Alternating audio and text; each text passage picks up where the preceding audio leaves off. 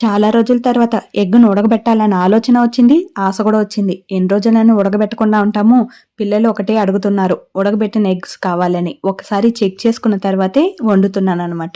మన ఛానల్‌లో egg video ఒకటి వేశాను కదా! అది బాగా వైరల్ అయిందనమాట. యూట్యూబ్‌లో కాదు, వెంటనే యూట్యూబ్‌లో చెక్ చేయకండి. ఇన్‌స్టాగ్రామ్‌లో బాగా అంటే పెద్దగా ఏం లేదు. 3 మిలియన్ వ్యూస్ అయితే వచ్చింది. ఫస్ట్ టైం మన ఛానల్‌లో అన్ని వ్యూస్ చూస్తే ఎవరైనా ఎగిరి గంతేస్తారు కదా! నాకైతే సంతోషపడాలో, బాధపడాలో అర్థం కాలేదు. ఎందుకంటే సగం మంది పాజిటివ్‌గా తీసుకున్నారు. ఇంకా సగం మంది ఉంటారు కదా! మొత్తం నెగెటివ్‌గానే తీసుకున్నారు. అందులో నేను ఏం నెగెటివ్ చెప్పానో నాకైతే అర్థం కాలేదు.